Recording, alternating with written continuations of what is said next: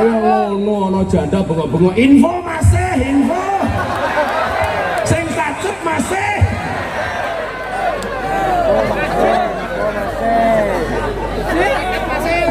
koncone kudu dipikir no dana kenakalan masih Keting aku. cah ompong yang gaya.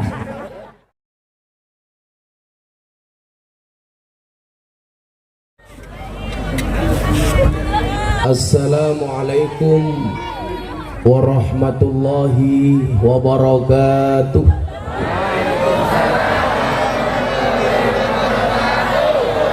Alhamdulillahi rabbil alamin wa kafa. Assalatu wassalamu ala sayyidina Muhammadinil Mustafa wa ala alihi wa sahbihi ahli sidqi wal wafa.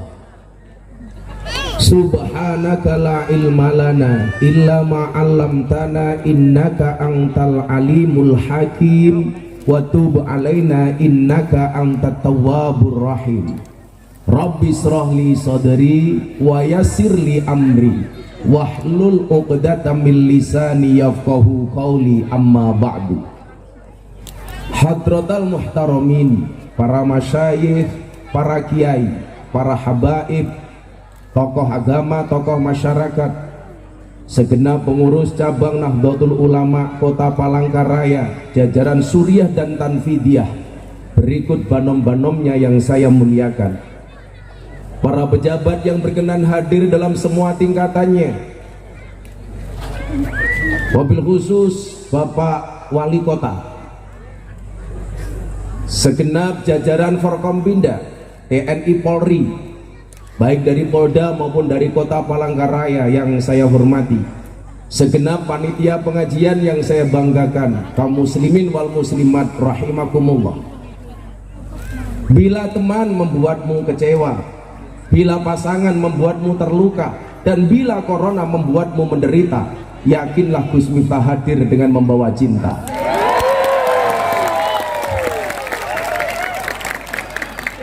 Cintaku padamu memang tidak seindah surat cinta untuk Setarlah, tapi yakinlah cintaku padamu lillahi ta'ala. Maka malam hari ini cukup saya katakan, beli pepaya keliru duku. Hai orang Palangkaraya, I love you.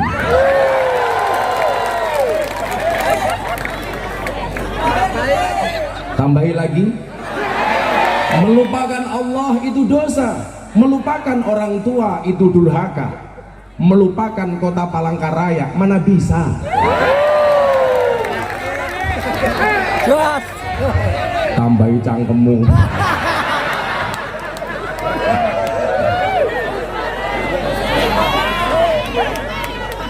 Malam hari ini kita bersyukur Allah Subhanahu wa ta'ala memberikan karunia-Nya kepada kita, memudahkan langkah kaki kita untuk menuju taman-taman surga, di mana Rasulullah mengatakan idza marartum biriyadil jannah farta'u, ketika kamu melintasi taman surga singgahlah.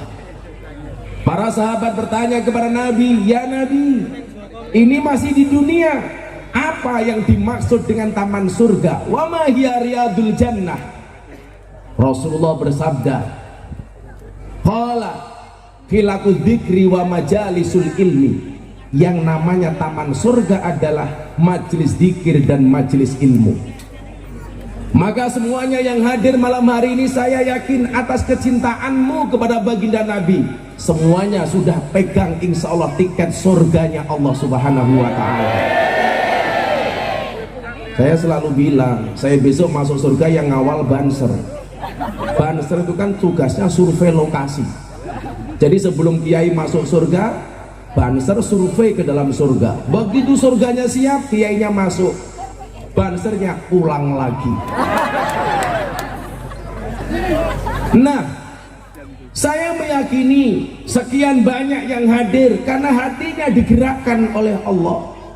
Manusia mampu bukan karena dia mampu, tetapi karena dimampukan oleh Allah yang maha mampu. Manusia bisa bukan karena dia bisa, tetapi karena dia dibisakan oleh Allah yang maha bisa.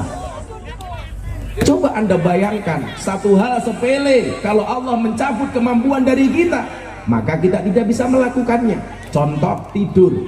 Semua orang mengatakan tidur itu sepele dan pasti semuanya bisa tidur. Siapa bilang? Kita bisa tidur karena dibisakan tidur oleh Allah. Banyak orang sudah di atas ranjang, baca doa, Bismikallahumma ahya wa bismika amut.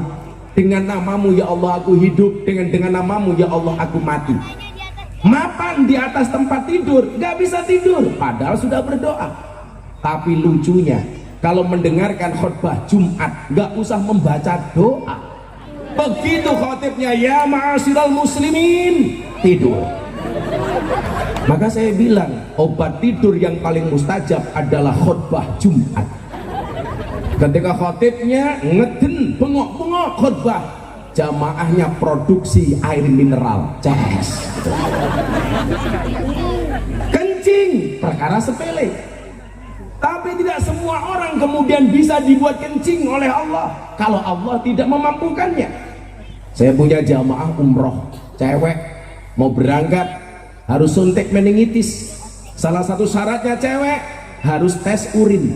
30 menit di kamar mandi saya tunggu, nggak keluar-keluar. Begitu dia keluar dari toilet, saya tanya, kenapa lama banget? Mohon maaf Gus, kencing saya nggak bisa keluar. Saya bilang, goblok nguyo raiso. Akhirnya gantian saya masuk toilet. 20 menit saya di toilet, tak denden juga nggak keluar. Tak obat abetnya nggak keluar. Akhirnya saya jengkel, tak selentik indah sih juga nggak keluar. Kenapa? Karena Allah nggak memampukan. Sama halnya hari ini, kalau kemudian Allah sudah memampukan menggerakkan hati semuanya, sesuatu yang tadinya berat menjadi ringan, yang tadinya susah menjadi mudah, yang tadinya masalah menjadi solusi, yang tadinya problem menjadi jalan keluar. Kenapa? Karena Allah menggerakkan hati kita. Disitulah kenapa kemudian kita diminta untuk berdoa, ya muqallibal qulub sabbit qalbi ala dinik. Wahai engkau yang membolak-balikan hati, tetapkanlah hatiku atas agamamu. Makanya kamu para jomblo jangan galau ketika nembak cewek ditolak. Masih kemungkinan dirubah hatinya oleh Allah. Makanya kalau kamu suka sampaikan, jangan diempet. Persoalan ditolak, tembak lagi. Ditolak, tembak lagi. Dan cewek juga sama. Ketika ada cowok suka sama kamu, katakan sama cowokmu, mas pilih satu di antara dua, halalkan atau tinggalkan. Gagah. Kamu cowok nggak usah galau. Niat tembak, niat nikah. Ditolak, tembak lagi. Malah galau. Aku nganan, kamu ngiri. Akunya bertahan, kamunya lari. Ya. Tapi ya kasihan sih. Nyamuk saja ditepuk pakai 12 telapak tangan. Masa cintamu bertepuk sebelah tangan? Tapi santai, sejomblo-jomblonya kalian pasti akan berakhir. Amin. Di mana berakhirnya? Kalau tidak di pelaminan, minimal di pemakaman. Nah, Allah yang membolak-balikan hati. Begitu banyak orang yang niat hadir, tetapi karena satu persoalan nggak bisa hadir. Mungkin ada di antara kita yang sebenarnya tidak mau hadir, tetapi Allah menggerakkan hati kita untuk hadir. Saya tadi punya kawan dari Mabes Polri, Bang Taslim. Sore bilang, mohon maaf Gus, saya malam nggak bisa ikut mendampingi ngaji. Kenapa? Saya ada tamu. Allah merubah takdirnya, tamunya nggak datang, akhirnya ikut ngaji. Pak Wali Kota mungkin niatnya nggak hadir, tapi tahu jamaahnya datang, hadir, kan lumayan. Ini Allah yang membolak-balikan hati. Saya ingat betul ketika saya melamar calon istri saya, saingannya 3 orang, 1 anggota DPR, 2 polisi, 3 kepala desa. Gus Miftah pengangguran. Saya pede lamar. Saya bilang, kalau Allah menghendaki, Allahumma la mani'a lima a'taita wa la mu'tiya lima mana'ta. Orang sedunia nolak, Allah berkehendak, orang sedunia kalah sama kehendak Allah. Orang sedunia menghendaki, Allah menolak, Allah tetap menang daripada kehendak manusia. Orang se-Indonesia membuli Miftah gara-gara wayang, Allah menghendaki, Miftah kena mental. Siapa bilang? Jangan ketawa ke TV. Kenapa? Karena saya memperjuangkan nasib para dalang. Saya lebih baik menjadi lilin, membakar dirinya hancur, tapi untuk memberikan penerangan bagi orang lain.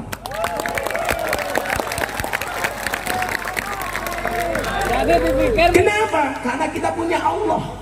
Qalbun mu'min baitullah. Rumahnya orang beriman adalah, hatinya orang beriman adalah rumahnya Allah. Satu ketika saya datang ke Taman Mini Indonesia Indah, ada pameran akik Pak Wali Kota. Akiknya di dalam batu ada kalimat Allah. Dilelang, Anda tahu laku berapa? 7 miliar.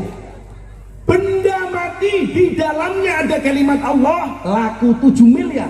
Anda bayangkan bagaimana kemudian kalau hati manusia di dalamnya ada Allah, berapa harganya tak ternilai. Apakah ahli maksiat itu di dalam hatinya gak ada Allah? Ada. Apakah mereka gak punya iman? Ada. Apakah mbak-mbak WTS, PSK, pelacur gak punya iman? Punya. Tetapi mungkin keimanannya tidak setebal kita. Apakah mereka di dalam hatinya gak ada Allah? Ada. Saya masuk baca Quran, saya sholat, mereka nangis. Menunjukkan apa? Idza dzukirallahu wajilat qulubuhum, Al-Anfal ayat 2. Kalau orang itu masih ada iman di dalam hatinya, mendengar Allah dikumandangkan, hatinya bergetar. Saya ketika pertama kali sholat di lokalisasi, mbak-mbak yang mengikuti saya nangis mendengar saya sholat. Malam Jumat pertama saya datang, dilirik, ini ngapain masuk lokalisasi pakai sarung? Malam Jumat kedua saya datang lagi, preman sudah mulai begini, ini macam-macam gua habisin. Malam Jumat ketiga, mbahnya preman di Jogja datang ke saya bawa pistol, you macam-macam gua bunuh. Pistol tepat di kening saya. Saya bilang, Om, kasih saya waktu 3 menit, saya akan ngomong sama you. Kalau yang saya sampaikan salah, silahkan tembak saya, tapi kalau saya benar, tolong dukung saya. Akhirnya saya dibawa masuk ke sebuah ruangan, saya diinterogasi, tujuan kamu masuk ke sini apa? Saya bilang, Om, sebaik-baiknya tempat ada buruknya, maka seburuk-buruknya tempat harus ada baiknya. Sebaik-baiknya orang pernah berbuat buruk, dan seburuk-buruknya orang pasti bisa berbuat baik. Dan saya pengen menyalakan lampu di tempat yang gelap, menyapu di tempat yang kotor. Kalau Om setuju, saya akan ngaji di sini. Sunan Gunung Jaya, mohon maaf, Sunan Derajat mengatakan, wene ono ageman marang wong wudo, wene ono tongkat marang wong wuto. Berikanlah pakaian kepada orang yang telanjang, dan berikanlah tongkat bagi orang yang buta. Akhirnya dia bilang, kamu buktikan.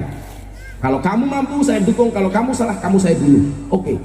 Saya sholat lagi di musola. Di lokalisasi Sarkem itu ada musola namanya MTS, Musola Tengah Sarkem. Saya sholat di situ.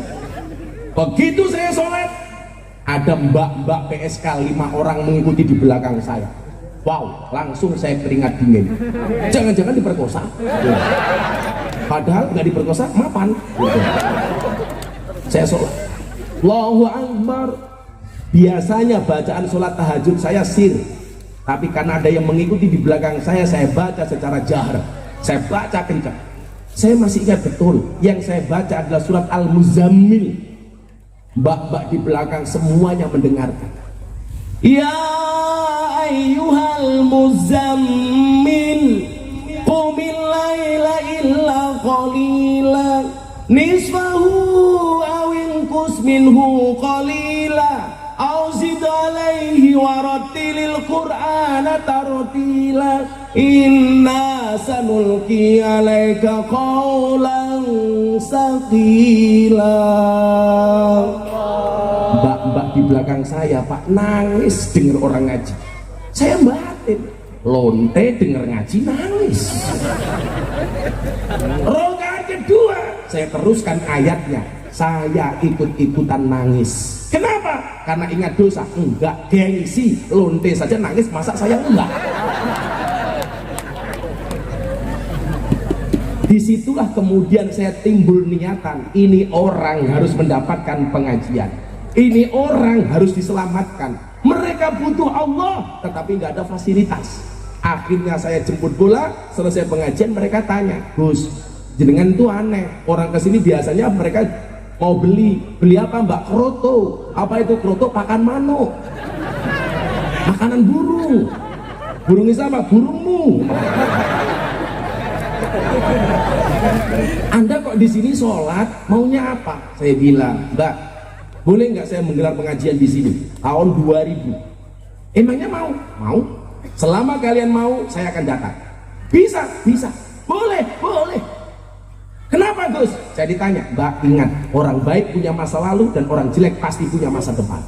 Itulah alasan kenapa kaca mobil bagian depan pasti lebih besar daripada kaca spion. Jawabannya adalah karena masa lalu kita lebih, mohon maaf, karena masa depan kita lebih besar daripada masa lalu kita. Terima Pak mereka. Akhirnya pengajian pertama disepakati yang datang 35 orang sudah dengan menggunakan pakaian dinas masing-masing. Yang bawah naik ke atas, yang atas turun ke bawah. Wow. Kang, mereka duduk dan nunggu pengajian saya. Saya bawakan konsumsi sendiri, saya bawa nasi bungkus sendiri, saya tenteng sendiri, jalan kaki saya bawa. Preman-preman semuanya liatin, ini orang maunya apa. Begitu saya duduk di bawah, ternyata tidak semua PSK mau niat ngaji, tetapi banyak yang godain ustadznya. Begitu saya ngaji, Assalamualaikum warahmatullahi wabarakatuh, mbak-mbaknya malah buka roknya, Gus Miftah. Karena pengalaman itulah sejak saat itu saya pakai kacamata hitam. Bukan karena menjaga pandangan, supaya kalau ngelirik nggak kelihatan. Pinter matamu. Ya tentunya untuk menjaga pandangan lah. Tapi kalau saya bilang seperti itu sok suci, ya biasalah manusia. Nah, kenapa kemudian saya lakukan itu? Sekarang begini hitung-hitungannya. Ini masih banyak yang muda-muda, kelihatan wajah-wajah jomblo di sini. Kalian santai saja lah. Arum 21 wa min ayati an khalaqalakum min anfusikum azwajan. Allah menciptakan manusia berpasang-pasangan, betul? Itu artinya kalau kamu tidak punya pasangan, jelas kamu bukan manusia. Maneman, ngapain kamu sunat kalau nggak ada fungsinya? Malah seperti keran, penguyuh tok.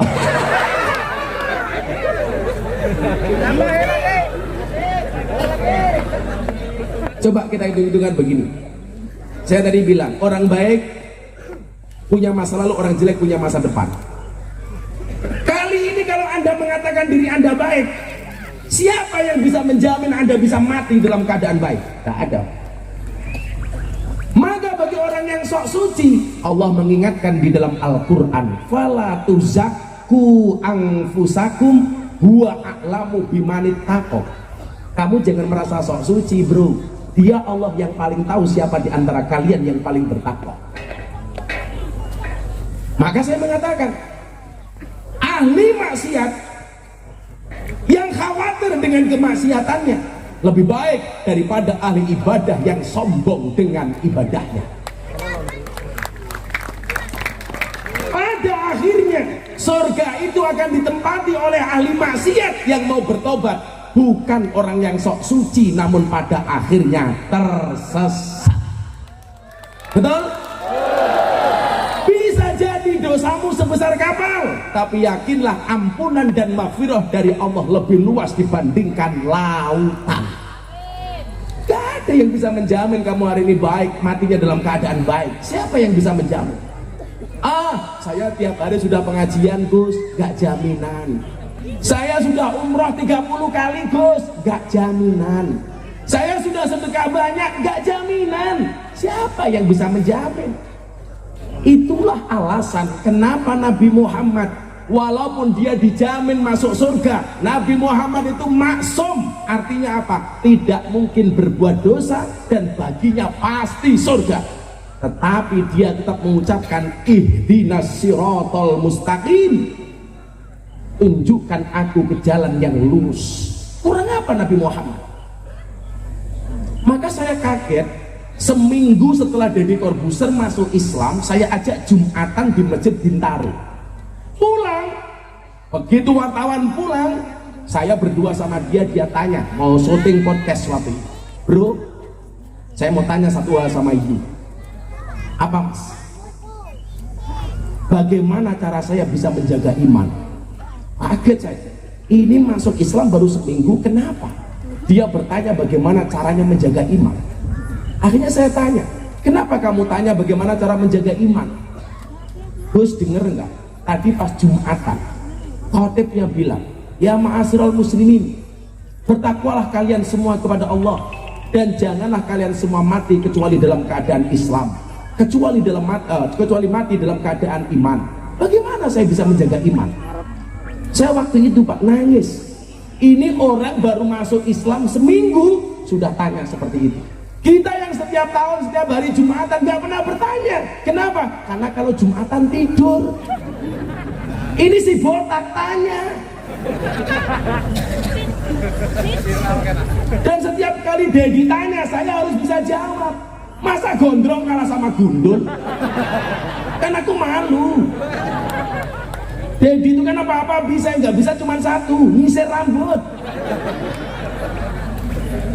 Saya bilang akhirnya sama dia, bro, benar aku yang mengajarkan Islam kepadamu. Benar, aku yang menjadi wasilah hidayah untukmu. 8 bulan dia belajar agama sama saya. Benar, aku yang menuntun kamu syahadat sehingga kamu menjadi seorang mu'alaf. Tapi yang perlu kamu tahu, jangankan menjaga imanmu, menjaga imanku saja aku tak mampu. Menjamin imanku aku tak mampu. Ingat Dedi, selain memberikan iman, Allah memberikan ujian dan cobaan namanya setan. Innahu lakum aduwwum mubin. Setan itu musuh kamu yang paling nyata. Dan yang perlu kamu ingat, setan tidak mencuri rumahmu, setan tidak mencuri mobilmu, tidak mencuri sertifikatmu, tidak mencuri depositomu, tetapi setan senantiasa mengintai imanmu dan berusaha mencurinya darimu. Kenapa? Karena setan tahu harta yang paling berharga bagi seorang mukmin adalah iman, bagi seorang muslim adalah iman, dan kamu harus berusaha menjaganya. Bingung dia, oh begitu ya, kamu menyesal, ayo murtad lagi. Enggak dia bilang.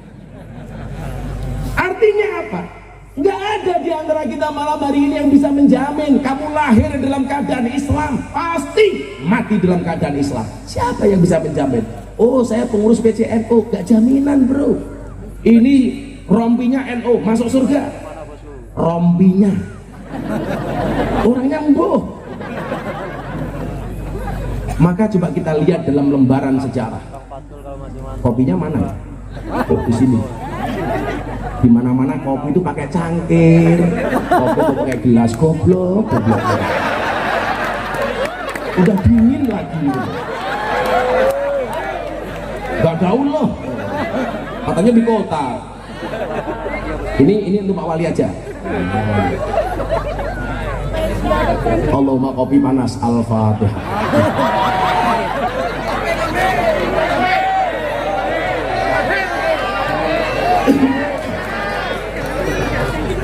Ada kopi pengajian lama, nggak ada kopi pengajian sebentar. Motor aku.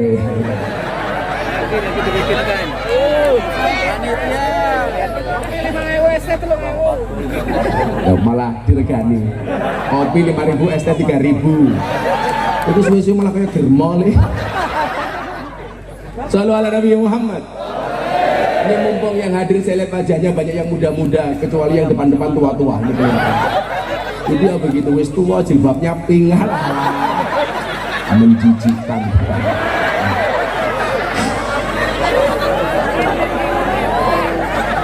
Saya itu sensitif kalau ada orang jilbabnya pink. Saya curiga jangan-jangan sempaknya juga pink nih. Oh, rondo. Wah, di rondo. Sorry ya, kan kamu sudah tua. Gak mungkin aku suka sama kamu, kan sudah kadaluarsa.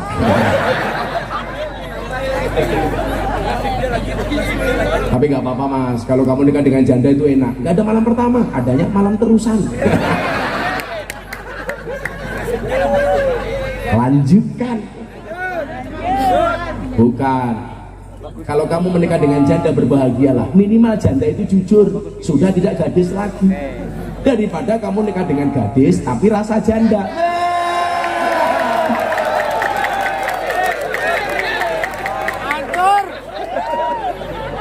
Remok sum. Ono janda bengok-bengok. Info masih, info.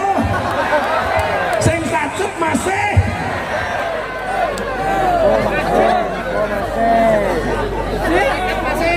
Koncone kudu dipikir no. Dana kenakalan masih.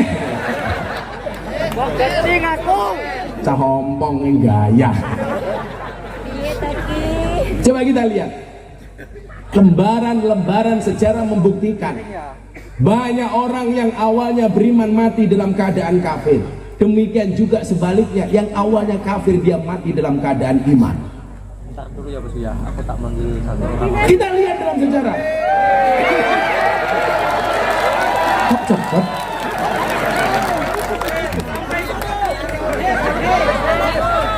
Sing satset masih. Kalau disuguh kopi masih panas langsung diminum. Ingat, jangan salahkan kopimu dingin. Kenapa? Karena ketika hangat tidak pernah kau hargai.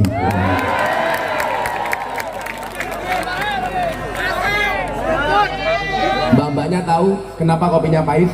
Karena manis yang kamu habiskan. Tapi bohong. Pak Wali Kota, jadi orang itu kayak kopi saja. Gus Miftah itu kayak kopi, pahit sih, tapi banyak yang mencintai. Maka malam hari ini saya katakan sama orang Palangkaraya, cintaku padamu seperti air kencing di dalam kolam renang. Maksudnya apa? Wujudnya tidak nampak, tapi hangatnya bisa dirasakan. Masuk, masih.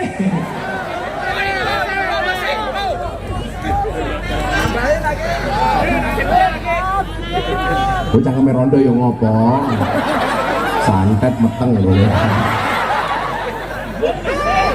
Cangkeme nganggur masih. Lah ya rondo ya nganggur kok. Mosok rondo ya karo kowe. Wis ting rondo tak dongake. Jambu alas ning tengah sawah, woe limo sing mateng loro. Ayo ngaji sareng Gus Miftah sing isih rondo ndang entuk bojo. Kamu insyaallah besok segera menikah ya. Wih dolanan HP, HP-nya cross yang gaya. Nanti Hadro nyanyi sama mas-mas saya, tapi yang gaul-gaul. Insya Allah saya besok masuk surga, anak Hadro ikut. Saya masuk surga, anak Hadro ikut. Amin. Tapi yaitu di surga saya kelon sama bidadari, kalian Hadroan. Kasihan. Koncolnya yang dipikir no masih. Sallallahu Nabi Muhammad.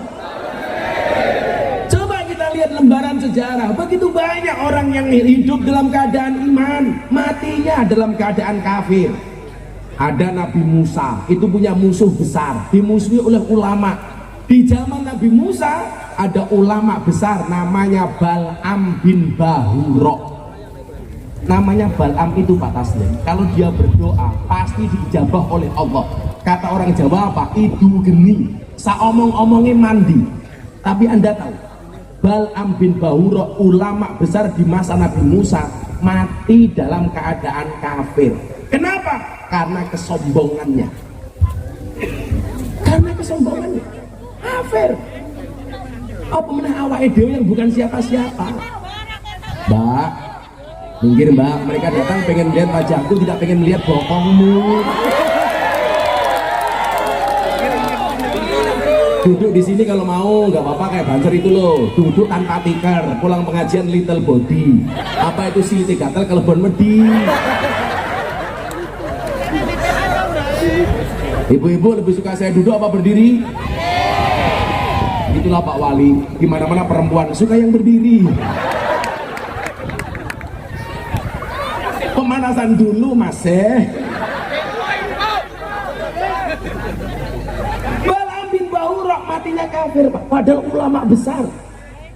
Semua doanya diijabah oleh Allah, tetapi matinya kafir. Siapa yang bisa menjamin, apalagi cuman kita? Siapa lagi? Delegasi sunnah namanya Rojal Unfuah. Ketika Nabi meninggal, kemudian khalifahnya Umar bin Khattab, Rojal Unfuah itu diutus menjadi delegasi sunnah. Ada orang yang ngaku Nabi namanya Musailamah Al-Kadzab. Umar memerintahkan Rojal Unfuah untuk mengingatkan Musailamah Al-Kadzab. Tapi Anda tahu, Rojal Unfuah mati dalam keadaan kafir. Siapa yang bisa jamin? Ubaidillah Al-Jasi yang menemani Rasulullah hijrah sampai ke Habasah mati dalam keadaan kafir. Kenapa? Karena kegemarannya minum khamar. Makanya kenapa kalau anak-anak pemabuk justru saya dekati, Pak. Saya nggak mau dia menjadi seperti Ubaidillah Al-Jasi. Apa? Hujan. Pengajian bubar. Yes. Udan Pak, udan. Lanjut.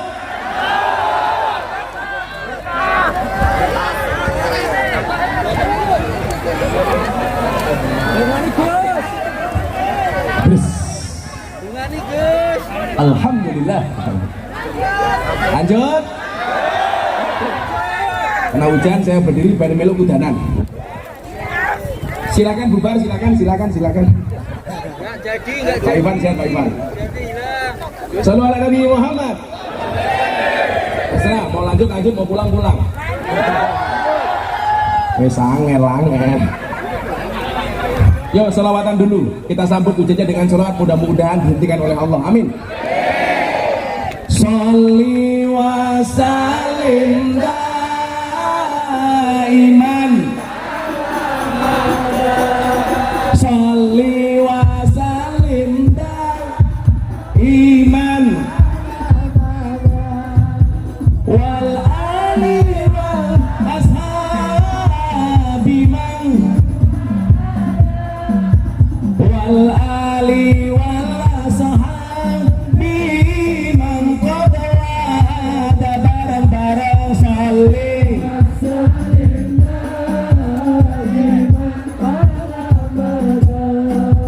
Salih wa sallim iman.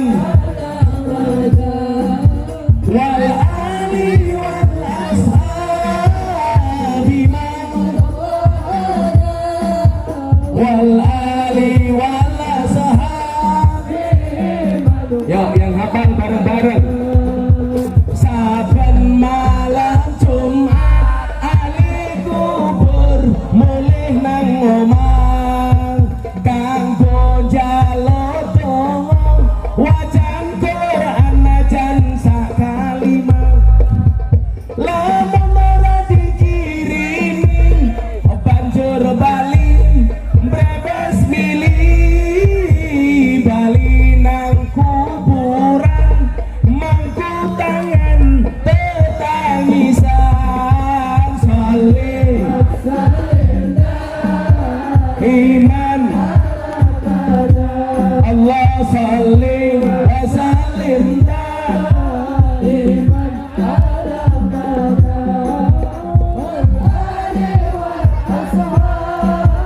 Biman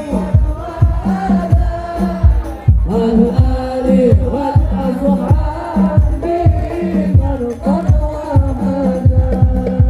Kepacut temenan ger anak turunku kowe ora wirang tinggalanku. Lamun aku bisa bali ning alam donya bakal taring kesing donyaku sing isih